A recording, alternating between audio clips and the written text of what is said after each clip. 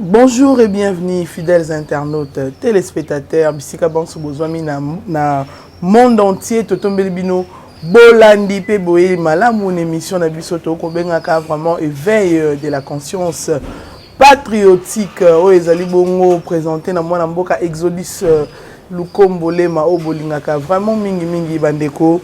Na tongo na lelo tolobaki bandeko to ko bomba sango pona biso moko te to pe bozwaki yango déjà mais to sala ba analyse ensemble biso na bino bandeko toyoki nouvelle ko uta na ba service à renseignement pe à sécurité ke kuna na Masisi le M23 bazo continuer to pe bazo procéder na recrutement ya ba écoliers ya ba élèves qui sont ces écoliers qui sont ces élèves ezali bongo bana na biso bazwami na mopanzi ya Masisi nazolinga mikolo yo elo bomaka ke exode azwi makambo na yeso ki wapi azwe ko betela biso masolo ya makambo oyo ye a ko maîtriser te je veux bien lire makambo de ko na biso van ayebaki na ko publier.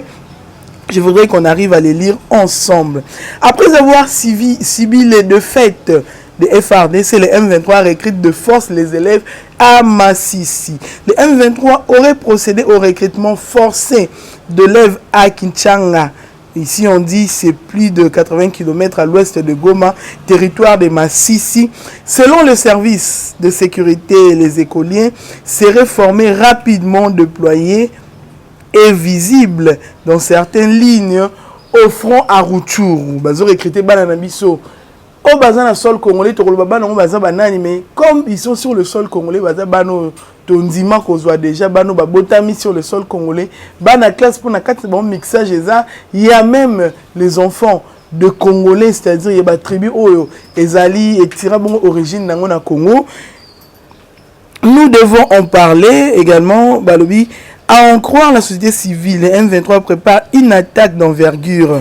Le M23 recrute au sein de la jeunesse locale et rwandaise. Et on a dans le local, tu peux expliquer, et rwandaise, dont la formation est assurée par les instructeurs rwandais des RDF, Rwandan Defense Force. Le Rwanda de Paul Kagame envoie du matériel sophistiqué et des armes à longue portée pour pilonner les positions de FRDC et les contraindre à se retirer de sites qu'ils occupent ces forces. Bandeko ezosala biso pasi na mutema komona que makambo ezoleka na Est République démocratique du Congo, les opposants congolais n'en parlaient pas. Les opposants pensent que ce qui se passe à l'Est, il faut Félix Antoine Tshisekedi Tshilombo à régler. Ils oublient que ce pays n'appartient pas au chef de l'État Félix Antoine Tshisekedi Tshilombo. C'est un citoyen congolais comme tout autre citoyen. C'est le premier citoyen, certes, mais un des Congolais, le quoi bataillon so. Pena lo bakango pesa lo ko la nzungu. Ouais, sengi bison stolamba yango ensemble. Nous devons tous préparer la paix ensemble. C'est pourquoi vous au beaucoup ça la opposition qu'on s'oppose à la personne, l'individu de Félix Antoine Tshisekedi Tshilombo. Beaucoup de monde que peuple au azo mona ba fort au Félix azo sala yemoko, azo déployer yemoko pour assurer la paix sur toute l'étendue. Tant peuple au monde te peut ça confiance pour monde après deuxième mandat peut pas habiter. Que na réforme la constitution, to continuer ko vana moto pendant que bino bonde ko wele la ba élection, pendant que bino bozo la kokuta na songolo pangala, yé a pensé qu'il n'a pas na biso. Bandeko, nous venons ici de lire quelque chose de très important. Mais une chose, na mona ki ndeko moko akomena kinga na kotanga pe mamunde ko akomena ki biso lobi, mais maman exode cette ville ya Goma. Soko tali ville wana ezaka toujours kaka na ba rebelo bazaka zinga nango ake musika lobi romona na Masisi wana au place ba M23 baza entre parenthèses ndeko lobi bongo vraiment entre parenthèses romona vers Masisi bato bavandaka mingi na Masisi eza ba réfugiés ya génocide ya Rwanda qui sont ces réfugiés les Hutus et les Tutsis abi donc ngana zana nga auto étonné te komona ke bakende ko penser ko cibler kaka population parce que eza mingi bandeko na bango oye d'ailleurs mon autre frère alobi ndenge nini guerre oyo kozwa fin pour déjà place wana comme gémoire ya ba rebelle na Congo to kana malamu parce que Même tant que service à renseignement, sa sécurité, si message oyo. Tu comprends bandeko et belé bandolo ba. Tu peux bazoloba déjà, mais sous obaloba bazo continuer na koloba obaloba raté ba bandi koloba que Félix atiki population a saliboye mais batouana ba kota ki quand. Ici on nous dit que ces gens-là ce sont des personnes qui sont venues avant même que Félix soit au pouvoir. Bateau qui marque génocide. Bateau infiltration. Ils sont là déjà. Mais place il y a quelques Congolais au Bazakawana. Des forces. Bazui bana ba kende ko sala armée. Ba recruter bana ba kota na armée. Et pendant que le recrutement est salami à bana, silence radio de la part de l'opposition, silence radio de la part de cette communauté internationale, silence radio de la part de l'Union africaine. Union africaine, depuis Kaka, Union africaine, depuis Kaka, depuis Félix Antoine Tshisekedi Tshilombo qui est président conscient, Union africaine, depuis que l'Ongwanaye na Union africaine, mandat na aussi là. Tous ceux qui viennent après lui, on ne voit rien de grave. On dirait Moutazaki, quand le panafricanisme, c'était la personne de Félix Antoine Tshisekedi Tshilombo. Mais cette Union africaine doit lever sa voix pour ce qui se passe à l'Est. Bandeko Balandi. Tomoni pe Mopanzi, kuna bango ba recruter. Déjà, nous disons que c'est une sorte de défaite. Et cette défaite, c'est parce que en pleine guerre, vous recrutez et vous recrutez sur terrain, échouer na bango, alors échouer et formation ça rapidement, ils vont échouer. Le Rwanda, à mon avis, d'ailleurs aujourd'hui, mardi, tout le monde est arrivé. Il a envoyé aux États-Unis, comme déjà l'élo mardi na République démocratique du Congo. Pour parler seulement, il y a une situation, il y a guerre, il y a Est. Pour nous remettre à Masolo, il y a Makambo vraiment na Est, la République démocratique du Congo, Bandeko. Les ONG congolaises et les ONG américaines même, aussi des sanctions, alors des sanctions sévères na Rwanda.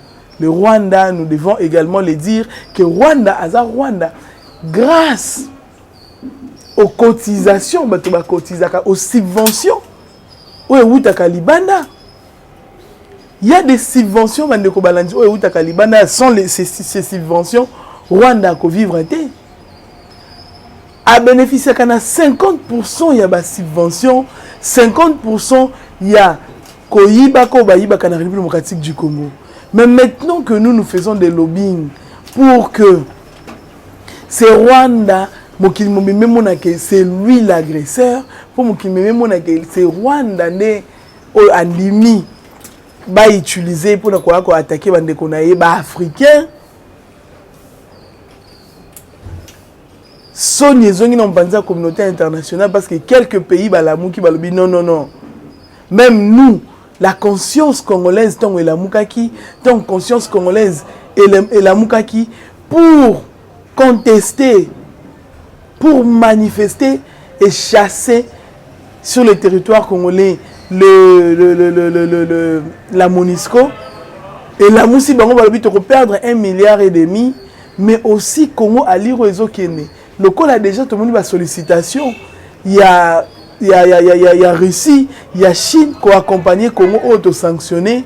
Tout ça a très attention, le Congo va devenir une puissance. Oui, le Congo deviendra une puissance. Et un moto a kokanga puissance au Congo to komate. Et ça les sous na bateau ba kokanga République démocratique du Congo. Nous sommes en train d'évoluer, nous sommes en train d'avancer. Les Congos dozo kende liboso bande ko baladi. To moni ngeni na ngambo ya ba parti ya Union sacrée, également ba Télémi balobi, nous devons aussi chercher de stratégies pour la République démocratique du Congo. Comment allons-nous arriver à sauver la République démocratique du Congo? Pour arriver à sauver la République démocratique du Congo, n'a un gouvernement, que ça le recrutement encore, il y a des jeunes, que ces jeunes soient formés, toko misa, population nabiso, armée nabiso, populaire, armée nabiso, na main d'œuvre rebelle et comme déjà la négociation avec le Mopanzi à Russie, Mopanzi à Chine, Tokosom Bandoki. Moi je dis aujourd'hui nous allons voir tout le monde arriver, les États-Unis ont envoyé quelqu'un, Moi je dis la bonne façon pour les États-Unis, il y a qu'ils sont contre ce qui se passe à l'est des Républiques démocratiques du Congo, qui sont contre le Rwanda, c'est d'élever ou d'enlever, de ôter, de supprimer les sanctions au Yopapesibiso na makambo ya armement. Parce que l'ennemi, tu vas tâtonner, tâtonnement ils allaient ou alors et ça capute tu bengani Monisco de bomoni qui ma perdant dans bongo au bozwaka. Plus de 35 milliards pour ce aujourd'hui, 1 milliard et demi multiplié par plus de 22 ans basé sur le territoire congolais, tout le monde qui est 30, tout quand même 30 milliards. Oh, on va perdre mon biso tozo pesa kabino, bozaka monga la kendo kabela en Rwanda, bo subventionner ka Rwanda et Rwanda so mando ki pa ko bomba biso bato to sous-traiter bino. Bato to bino bo sous-traiter Rwanda, biso to engager bino. Ça fait très mal. Pendant que nous réfléchissons comme ça, pendant que biso to lukato ça la analyse. To ba koko za la nini vraiment. Pourquoi le Rwanda doit s'estimer aussi fort? Le petit Rwanda, moi, je na quartier, il faut tout te découvrir les lots que moi non ça la boye. Pendant ce temps, l'opposant congolais Baba, l'opposant congolais a intérêt naïe. Opposant congolais dans des futilités. Bientôt, tu recommence à 2023. Bientôt, très prochainement, dans moins d'un an et demi, tu recommence à 2023. Voilà pourquoi tu souviens que les Congolais n'ont qu'à voter utile. Et qu'à voter utile, les gens, qu'à renouveler confiance, peut soutien de mon Konzamboka Félix Antoine Tshisekedi Tshilombo. Oh, il y en a 4 ans, oh, nyons, puis na mandat na yeli bosso, à la question volonté politique. Oh, Salima Kam, oh yo, bah tu es belé, bah les cas avant, ils étaient incapables de faire. Fidèles internautes, analysons ensemble Makambu, Oyonde Konabiso, Jean-Marc Akabound, Azo Salabandeko. Tout ça analyse ensemble. Dès que Jean-Marc Akabound, Oyo, Aïbaki contenir des propos diffamatoires, Oyo Bissonyon Stoye, Bito répéter, en haute posé actualité dans Bissoté, Oyo dossier, ça n'a pas beaucoup à justice. Au lieu de se contacter, de continuer. La procédure judiciaire tout le monde qui continue parce que comme nous ne lisons pas, moi personnellement les gens me disaient Exodio, les gens m'ont dit des choses oyo misusu et uta et pas nangate o nazwa et pas baninga na yaka kakosala ba analyse ensemble neto réfléchir na bino bandeko balandi. À l'instant même, tête à tête, Jean-Marc Abound et le cardinal Fridolin Ambongo, l'ancien président AIDD de PES, est arrivé il y a quelques minutes dans les locaux du prélat catholique. Détails et échanges, avec le groupe, c'est détails et échanges après. Mais surtout, la rencontre dans Bangoana. Rencontre na Bangoana de Jean-Marc Abound. Oh, tu as vu, a critiqué longtemps. Alors, longtemps, je bien critiqué. Le cardinal Ambongo, il a traité de malhonnête, il a traité de tout le nom, sauf Nakombo mon côté. Mais le lot au hasard dans la justice, il pense qu'il peut s'accrocher à l'église catholique. Moi, je me dis, mais l'église catholique, l'église est apolitique. Qu'est-ce que Ambongo a là pour sauver la justice? Je pense que Ambongo ne fera rien. Parce qu'Ambongo n'est pas la justice. Ambongo n'est pas une juridiction. Ambongo, certes, politique. Mais ici, il s'agit de la justice. Tout dissocié politique, chef d'État déjà le barra que justice est libre. Nous disons ceci, tout le papa Ambongo, tout le monde qui déjà n'a beaucoup tani. Nande ko Jean-Marc Abound. Yo ozaka moko caméléon. ozalaka na multicouleur multiforme kolatisa justice ya République démocratique du Congo forme okolinga kopesa ngo te parce que la justice est en train de faire son travail. La justice dans toute son indépendance azo sala mosala na aider congolais kokuta na bapekisa yango nulle part, des congolais kokuta na itikala jamais kozala infraction, des congolais kokuta na itikala jamais kozala ko déranger bato mususu soki bolingi bolukela ngo buzz parce qu'aujourd'hui Jean-Marc Kabunda akena na en opposition pour amoni esika oyo union sacrée bato ba ko tambola engebene na makambo lolenge longo bani ye alobi non, moi je ne suis pas propre. Moi je ne peux pas demeurer dans l'union sacrée. Sauf ce que Zalaki nenge maman Marie Bakangaki, autre loupé avant de chiter, ça moi, momoko. Sauf ce que Zalaki nenge maman Marie ben union salité. Ce que Zalaki union salité, Jean-Marc Kabunda alingaki avant, mais comme il s'agit de l'union sacrée, Jean-Marc Kabunda lobi la nature sacrée est la nature nangate. Ngana fona se détacher na bateau babouli sami. Aujourd'hui il est en train de faire son chemin. Mais tu préfères voir un bongo.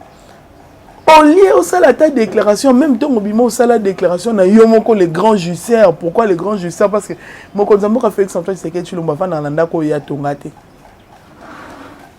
Réponse na ye yangwana.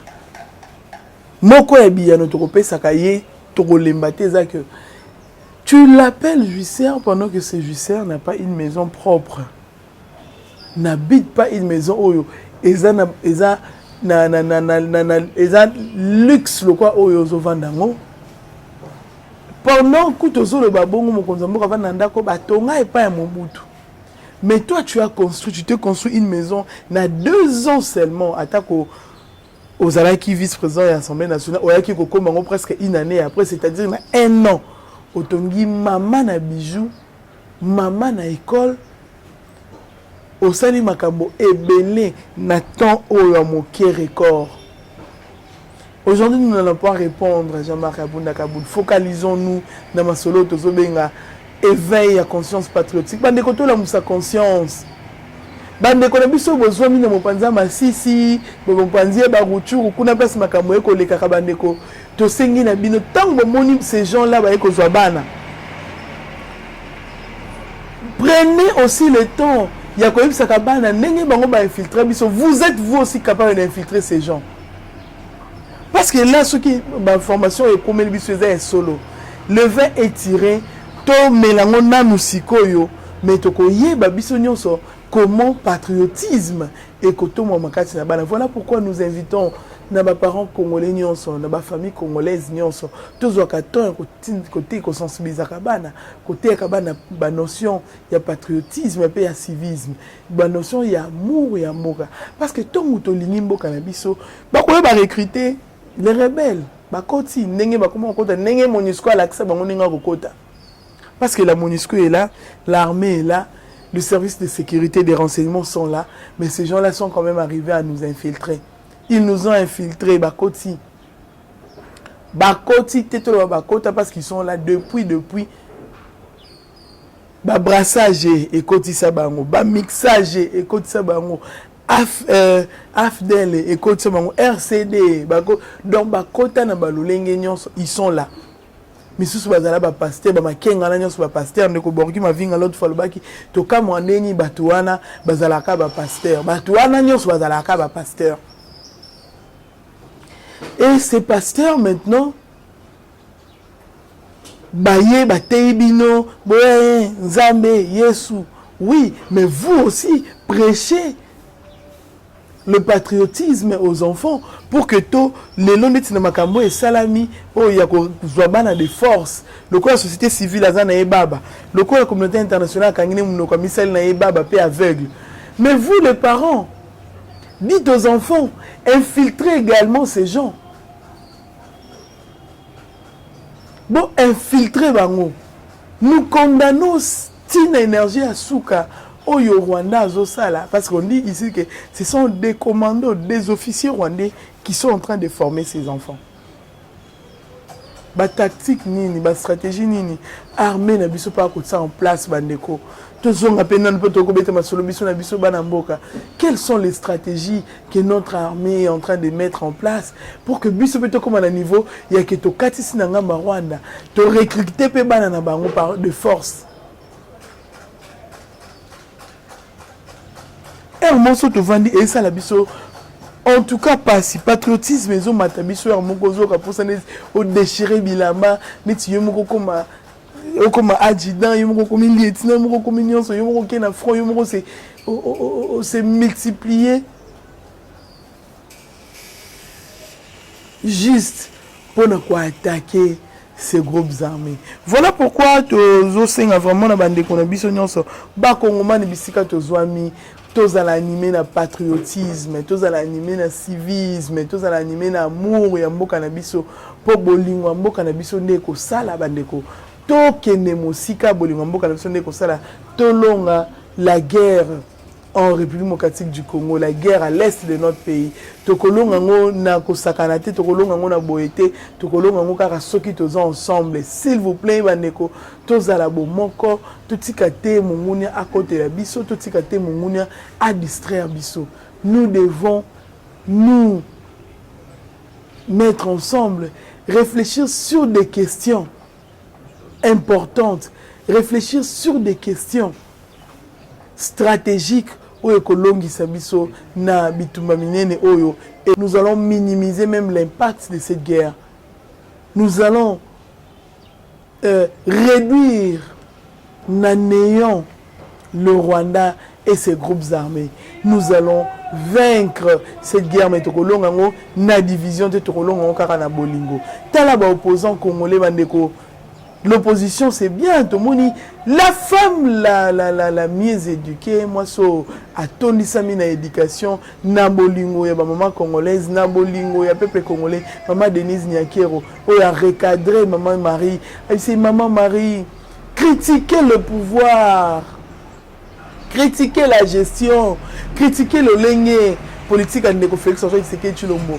C'est très bien, mais ma fille n'a pas avec des insultes.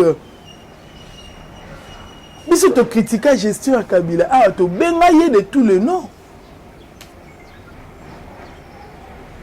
Mais au moment où les cas, finga ton sous-souté, sauf bateau bazan éducation malamouté.